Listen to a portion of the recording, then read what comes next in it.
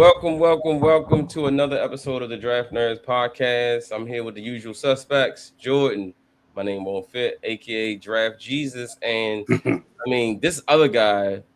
He's just known as the football encyclopedia, or maybe just the encyclopedia because he knows way more than just football. But none other than Bill Carroll himself, the walking legend, 11 Bravo, host of College Football Forecast. How are you doing, sir?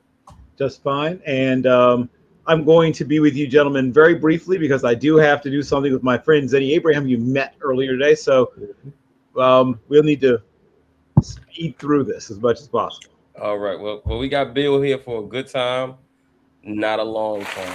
All right. All right. So a couple things we've been going through and talking about is the NFL draft, obviously, and some of our players that you need to watch and guys that we want to bring to your attention. So today we decided to talk about some edge rushers and some wide receivers. Each of us picked a receiver and also an edge rusher that we wanted to focus on. Jordan, tell us, who's your wide receiver that you wanted to highlight today? Man, I literally forgot. Jeremy Bernard. I picked Jeremy Bernard. I've been wide receiver now. I've been only watching a lot of wide receivers lately. All right. And for me, I couldn't decide. I've been talking a lot about Mekhi Lemon. Ted Hurst was a guy that I kind of highlighted a lot of. I talked a little bit about Denzel Boston, not as much as I think I should. Love Malachi Fields, but today I do want to highlight Denzel Boston. I really hadn't gone into depth in the detail about him. So today I want to do that.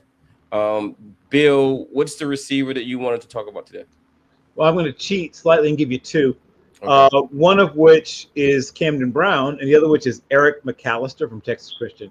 And they're similar guys, angular bodies, and a lot of people are looking for that big-bodied deep threat, and they both are that. They do it slightly differently.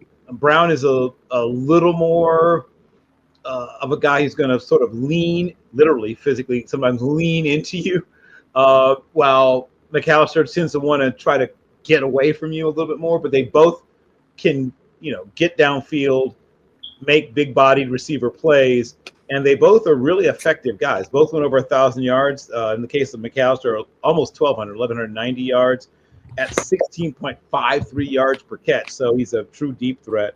And Camden Brown was not far behind at 16.6 yards per catch and 1,079 yards. So they're both productive, big-bodied receivers with some speed. Awesome. All right, and then edge rushers. Jordan, who's your edge rusher? I've been talking with a lot of Ravens fans recently. Some people think it's a reach at 45. Blows my mind. So I'm making sure people are watching our Mason Thomas today. One of the craziest first steps you'll see out of a pass rusher. Absolutely insane explosiveness, and I think he's going to be really nice in the league. Yeah, I agree with you, sir. I agree with you there. What about you, Bill? Who's your edge rusher for today? I'm going to give you somebody who probably most of you haven't seen, but you should have seen. And it's Shelby Gibbons from Southern University. Has had an enormously productive college career. Could have come out last year. Some people might even say he should have come out last year. That's neither here nor there. He didn't. He had another great year. He's closed in on almost 40, close to 40 career sacks and about, like 60-something career total tackles for loss in his career. Maybe a little undersized. Obviously, we won't know until we get official numbers, but my spies tell me he's going to come in probably somewhere in the high 230s to low 240s and probably about maybe a shade under 6'2", but super productive player, knows how to use his hands, knows how to bend, and can convert speed to power. Okay. All right.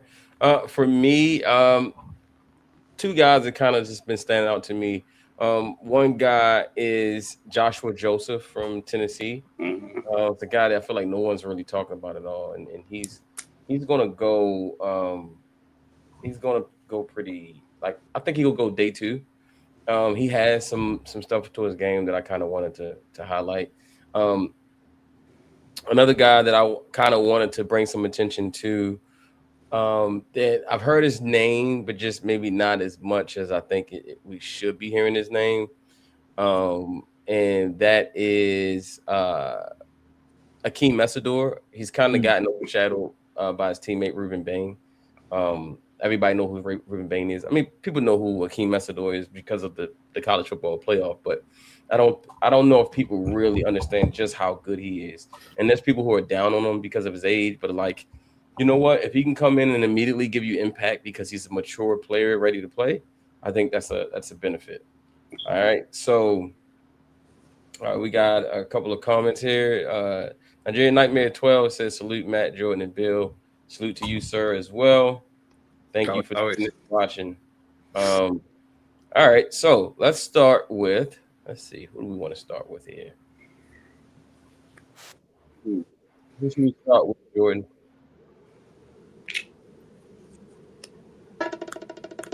Oh, you asking who I want to start with? Yeah, who do you think we should start off with?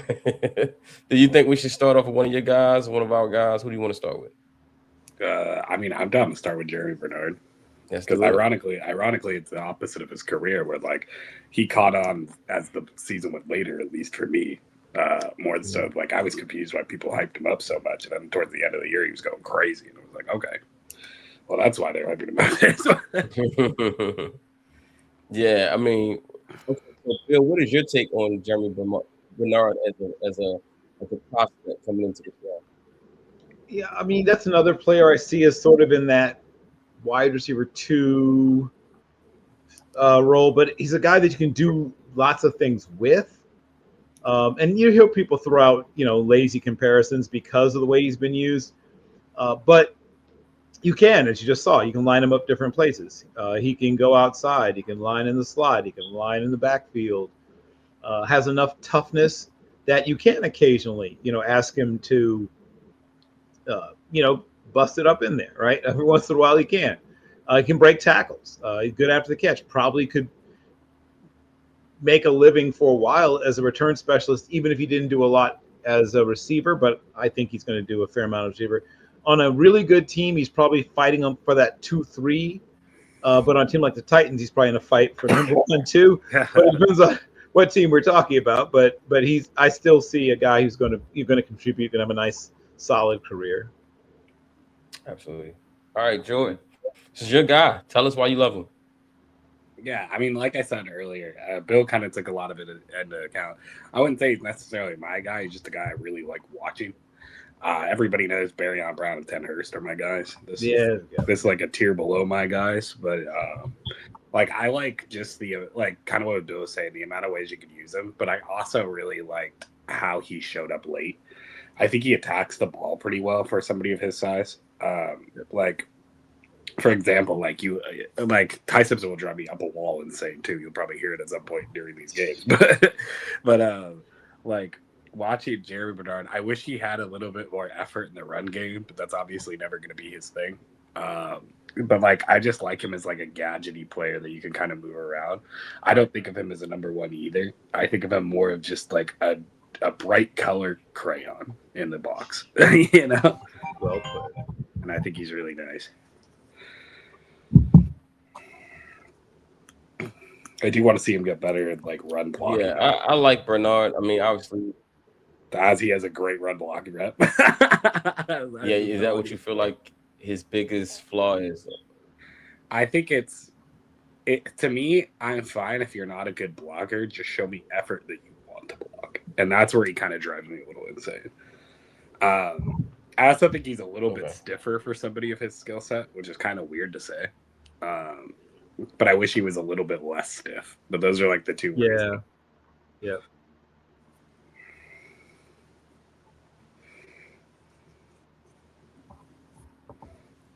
Yeah, I mean, Bernard is again, played at Alabama. I like his versatility. He could play inside, outside.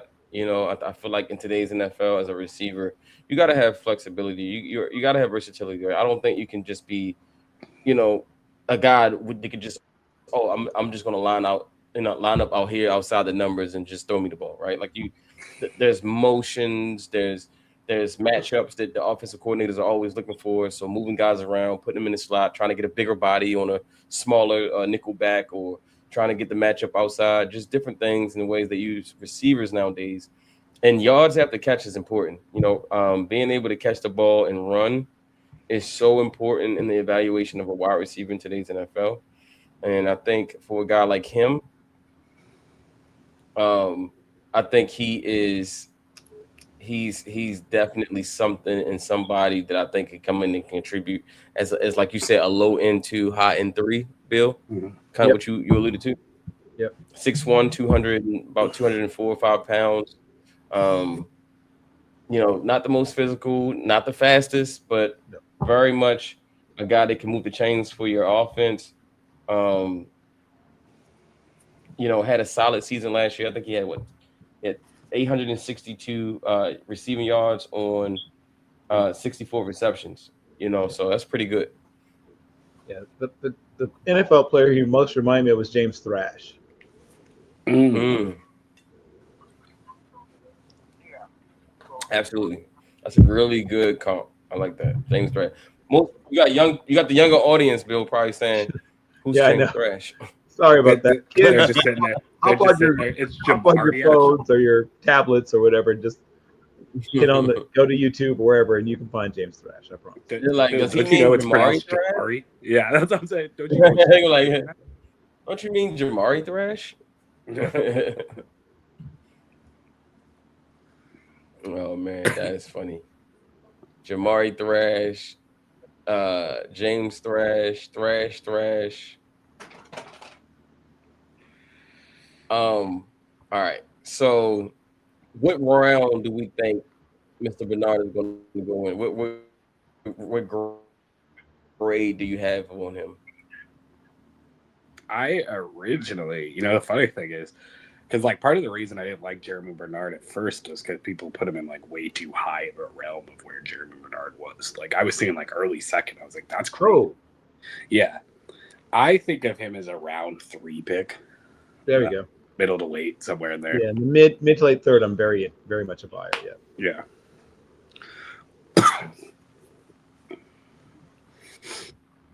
You said mid to late third, Bill? Yep. Yeah, I remember when people had him in a second. I was like, this is crazy. I got a day 2 pick on him as well. 3rd round feels like a good spot. All right, Bill, here you go. All right, McAllister, tell us about him. Perfect. So the knock that people always have on TCU wide receivers is that they come out of TCU, right? That's really literally the knock they have. So that means that they've run 4-ish routes, right? Mm-hmm. They've run mesh, they've run curls, they've run, fades, goes, slants, right? And most other things are somewhat foreign to them. But he's big, strong, and fast. He doesn't mind a little bit of the rough stuff. I'm not saying he goes out looking for it, don't get me wrong, but he doesn't mind mixing it up a little bit. And you get to see it right here, right? He fights through contact, gets open, gets the ball. And for a guy who's got his build, he's going to come in probably a little under 200 pounds and 6'2" and change. Decent playing strength. And you get to see him, like I said, in some of these situations, show good concentration, a good amount of what I call playing toughness. Mm-hmm. Are you going to have to teach him certain things? Yes. I'm not pretending otherwise. There's things he just hasn't done yet. Could he get more nuanced in route tempo and route deception? Oh boy, yes. I'm not pretending otherwise. But if you are, we just talked about where we saw Mr. Bernard going. This Mr. McAllister might go even around later, but I think he has more upside because he can beat people down the field. And look at that. Look at him after the catch. Boom. Look what he just did after the catch. Right? That side jumps off the screen too. Yep. And he ran through some contact. Right? They were arm tackles. They weren't great tackle attempts, but they were tackle attempts. I'm going to be proud of this tackling. This is not what I would open my film with if I was one of these defensive backs, but nonetheless, He saw him fight through it, play through it. So if you trust your wide receiver coaching, right? You say to if your wide receiver coach, the guy says, "Yeah, I can coach him up," and you believe him when he says that. If he's sitting there, very into the third or even into the early fourth, I think you do a heck of a lot worse. Yeah, absolutely, absolutely. His sheer size, I'm one of those people who I have a thing with TCU, Tennessee wide receivers. I know we've had this discussion before. Yeah. But I will say his sheer size just jumps off the tape. Like whereas like last year, Savion Williams was not a wide receiver, right? He was basically he was a running back. He's purely a gadget, figure out what you would do with him kind of player. Exactly. Get the ball in his hands and let him just kind of run. But he wasn't a receiver. This kid has some wide receiver, right? Yes. He's got the size. He Yes. can run. He can run. He's a decent route runner. The routes they ask him to run, he runs fairly well. I was just about to say they don't ask him to do a lot at TCU from a route running standpoint, but the things that he's asked to do, he does a pretty good job of doing it. He fights through contact. Yep. I think coming into the league, he'll probably be a 3 or 4, and then he'll develop as he develops. He can probably. I was half joking that the Green Bay Packers would just take him just because they just collect wide receivers. But they don't have one quite like him, right? I mean, the closest I guess would be Christian Watson. Yeah. But and don't take this the wrong way, but he's better at some things than Watson was coming out. Now Watson was a bigger body because Watson was 222 or whatever, so he was even bigger. But but like he really knows how to catch the football like that. I know it sounds silly to say about a wide receiver, but we've seen wide receivers. The one thing they don't do super well sometimes is catch the ball, particularly contested catches, right? You hear people talk about contested catches all the time. And there's different ways that you can be a good contested catches guy. One is to, be really great at keeping people from really getting to the ball. Even though the defensive back is trying to contest the catch, some guys, Mike Evans is probably one of the great examples. You think you're contesting the catch, but you're really not. You're getting a bunch of his shoulder and his elbow and his forearm and whatever in your face, right? Yeah. And so you jumped up and basically got dunked on, right? That's what basically happened. You got posterized. So you can call it contested if it makes you feel better, but you weren't really making a legitimate play on that ball. Some people just have incredibly strong hands, right? You both go up, you both get your hands on the ball, he just takes it from you, right? We saw that. Look at that. Look at this. Yeah. You're not catching it. You're not catching it. Who is your I like the fact that you made it interesting. But hey, it looks good on tape, right? He still fought. He didn't. Give up on the right? On tape, you'll be. I was right there, coach. Oh man! Now that was not a good tackling effort, but he just disposed of that dude. Yeah. What's your comp for him? Who so people that I see when I look at him, right? And this is the top, like the high comp is a guy like Alvin Harper. I know I'm skewing old again. Let me find someone. I'll stay away from like the Dante Darnay Scotts and the Alvin Harpers. Someone that maybe younger people are more familiar with. Okay, give me a second.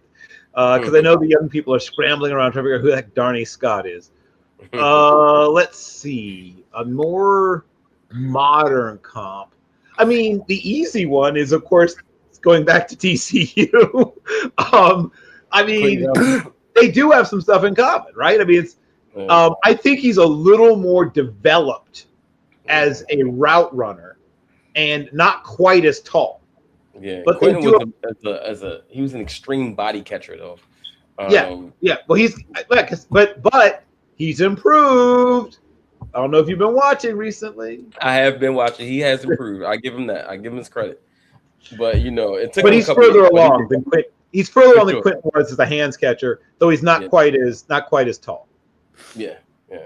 But yeah, he really doesn't remember a lot of Darnay Scott, but nobody knows who that is. I do remember Darnay Scott from the Cincinnati Bengals. He was really him and Carl Pickens they were a ridiculously good combination, weren't they? I mean, why do the Bengals always get all the receivers, man? Why do they always get all the good receivers, man? Like they know what and they always have them. They always have them in twos too, right? Remember it was Darnay Scott, they like putting together like a set. Yeah. Yeah, they get him in the set, right? You had Pickens and Scott. You had If you want to go back to the you got- 70s, they had oh, who was there? Who was there with they had Isaac Curtis and what was his partner's name? what's the guy named that's on TV? Oh, you're talking about Ocho Cinco and No. The analyst for Oh, you're talking about Collinsworth. Chris Yeah, Collinsworth. yeah. Yes, Collinsworth. Yeah, I was thinking of wrong TV guy. But yes, Chris they Collinsworth. have done a good job of putting together their quarterbacks can complain and should complain about lots of things. However, the one thing they have given them consistently they had Peter Wark and Ron Dugans. They've had a lot of receivers. Chad and TJ Houshmandzadeh. Yep. AJ Green. They've had a lot. And yeah, they've had some guys, man. They've had some guys. All right, so that takes us to my guy. He's fun. I haven't watched them yet. Oh yeah, he is fun. He is fun for sure. He is fun. I kind of drives me nuts seeing like quarterbacks actually complete passes. But I was going to give you like my floor comparison. Yeah, give me a comparison. Like I think at worst you're getting Dominic Hickson. If you remember Dominic Hickson from his days with the Panthers and who else did he play for? He played for the Broncos also. Yeah. All right, so it's time for my guy, Denzel Boston, and this is for you, Jordan. This film is against Washington State. Oh. Go Cougs! Why would you want a game where he obviously got shut down? Hey, nope. I wanted to. We need to see. I like to. I don't like to look at the stats and be like, oh, he went off in this game. Let me watch this film, right? I want to see what he does between the in between the plays, right? The ones when he's not getting the ball. Is he blocking? How is he coming off his routes, right? Is he running full speed even when he doesn't get the ball? Things like that. But yeah, go Cougs, man. Look at those Cougs. Look at those Cougs, Jordan. Yeah. Look at him go. Look at him smiling ear to ear. You can tell it's twist. Yeah, nice little twist on that play. Yeah. You can tell it's a WSU game because WSU looks really good at first, and then they fall apart at the end every time. Little good communication. It looks good front. for like 5 minutes, and then they are running a lot of twists and stunts and games up front. I noticed.